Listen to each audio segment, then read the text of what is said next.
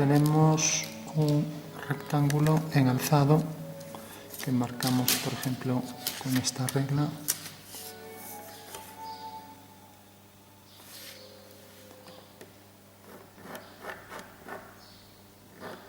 Bueno, vamos a poner un cuadrado y vamos a hacer ahora, al prolongar los lados de este cuadrado, la proyección en planta. Entonces hacemos una circunferencia que tenga ese diámetro. Cogemos aquí la circunferencia que justifica esa anchura, o sea, ese diámetro, y tenemos aquí una circunferencia en planta. O sea que estas son las dos vistas. Vamos a marcar aquí la línea de tierra.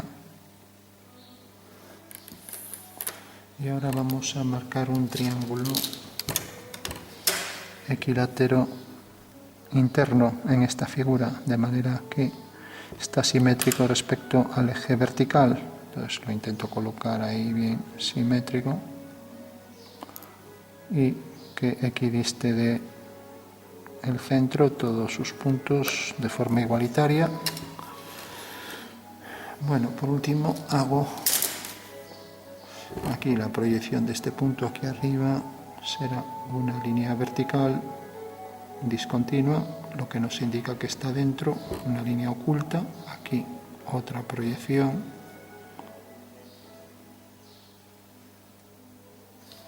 Y por último proyecto también este punto, pero antes dibujo aquí una circunferencia. Voy a coger esta, por ejemplo, y la circunferencia está centrada en el cuadrado, y marco entonces, proyectando este punto, una línea vertical meridiana de la circunferencia anterior, también discontinua. Bueno, como vemos, ahora nos faltaría dibujar aquí la anchura del diámetro. Marco aquí entonces esta línea discontinua, aquí lo mismo. Bueno, pues esto sería ya la pieza al completo. Se pide hacer un perfil. Evidentemente para esta pieza existen muchos objetos distintos, parece ser, ¿no? Pero como mínimo hay uno muy evidente. Lo vamos a representar para obtener el perfil y la perspectiva, ¿no? Entonces, si transformamos esto en una perspectiva, entonces la circunferencia, por ejemplo, en una sonometría isométrica, se proyectará según una elipse. Y como ahí es un cuadrado, pues la longitud del diámetro de esa elipse, que representa una circunferencia, pues viene dado por un arco elíptico que tiene también por eje mayor el diámetro de la circunferencia. Entonces esto serán líneas discontinuas y esto continua. Pues ahí tenemos ya el cilindro con las dos líneas de unión, que serán ortogonales al eje mayor de las elipses. Y ahora tenemos un triángulo interno en perspectiva que voy a marcar, por ejemplo, así. Eso quiere decir que ese triángulo seguramente será un hueco, ya que aquí quedan las líneas ocultas que nos indican que esto es un cilindro con hueco prismático de sección triangular equilátera, ¿no? Bueno, pero aquí también hay un hueco cilíndrico. Entonces, un cilindro a intersección de un cilindro que penetra en otro cilindro, y este es de eje menor. Entonces provoca aquí una curva alabeada, ¿no? O sea que si giramos un poco las figuras, vamos a hacer aquí la elipse, si las giramos, pues hará algo como esto, así. O sea que esta será la entrada del cilindro alabeado, ¿no? Siendo ahí tangente en el borde y aquí también. O sea que hace aquí una forma así y por detrás igual. Bueno, pues esa curva alabeada quiere decir que los puntos no están en un mismo plano, entonces habrá que representarla aquí. Entonces, marcamos aquí la posición, por ejemplo, bajamos aquí la vertical, manteniendo la misma longitud de la altura del cilindro y con líneas discontinuas ya que es interno.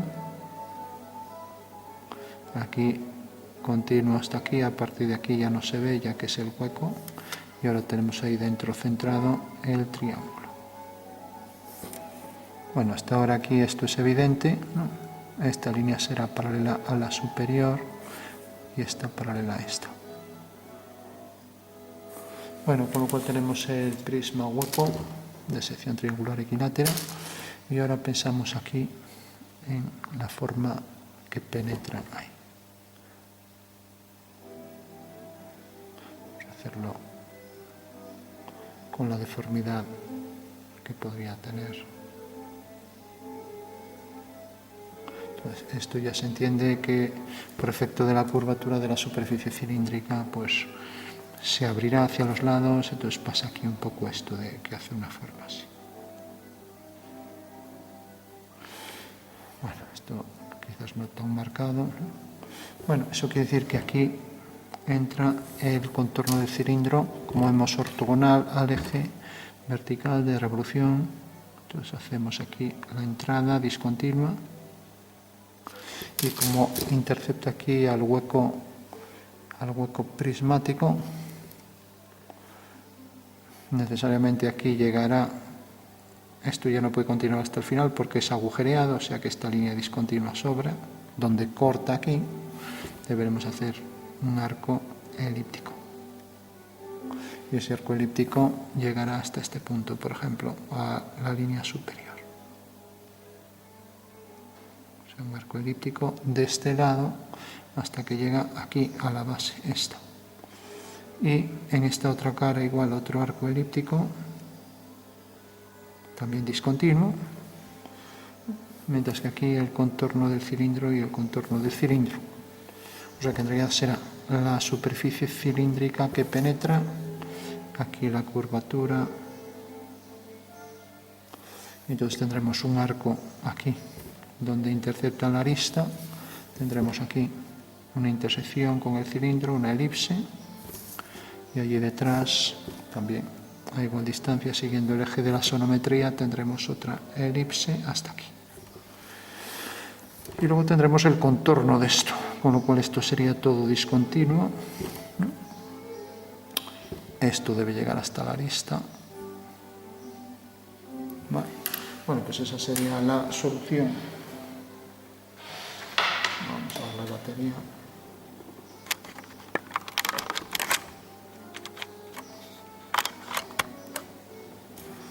Entonces tenemos por un lado, vamos a marcar ya la solución final.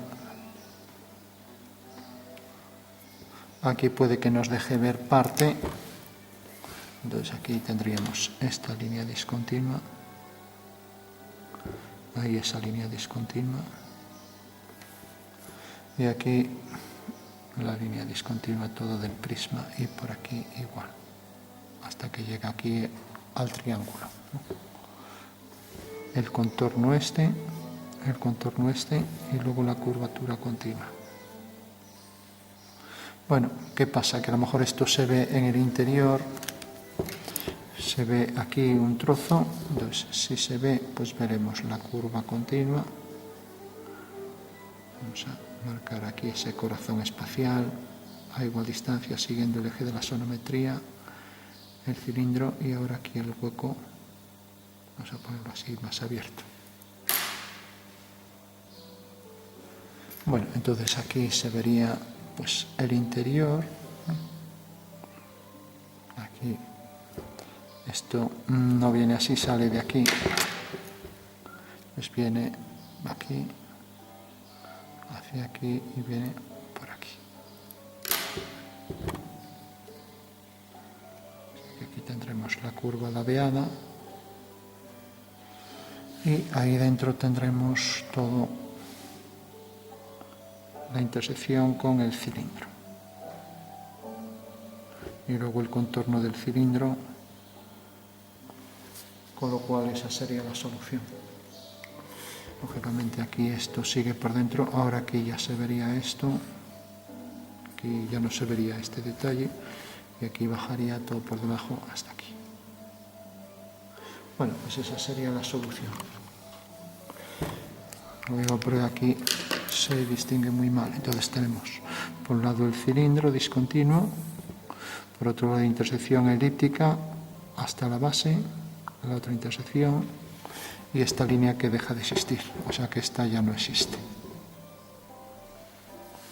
Bueno, pues ya así sabemos cómo es la pieza, la representamos. Entonces marcamos aquí la línea vertical, proyectamos estos puntos, giramos aquí o hacemos una línea a 45 grados y aquí nos saldrá ya el cilindro en perfil. Bueno, lógicamente como aquí cogió un trozo, entonces aquí marcamos la entrada que vemos que llega hasta aquí, proyectamos este punto y lo marcamos aquí. O sea que esto tiene ahí una hendidura, ¿no? Bueno, la normativa del dibujo técnico permite hacer esto liso, ¿no? Aunque no sea así, ya que tiene una hendidura y lógicamente sería algo así, exagerándolo. El hueco que produciría el cilindro que lo intercepta y lo penetra, ¿no? Tenemos este punto, el A, el B y el C, estos dos son coincidentes en una misma línea, viene por aquí, una línea a 45 grados, y marcamos aquí la línea discontinua, lo mismo este punto, una línea a 45 grados, y marcamos aquí la línea, fijaros que esta distancia es más grande que esta. Bueno, y viene por aquí y por aquí.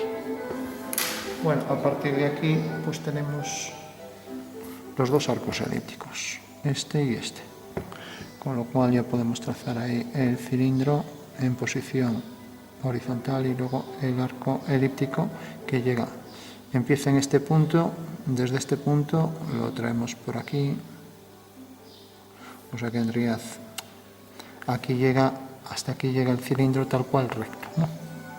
Y a partir de aquí el arco elíptico que debe llegar hasta este punto. O sea que debe llegar hasta este punto.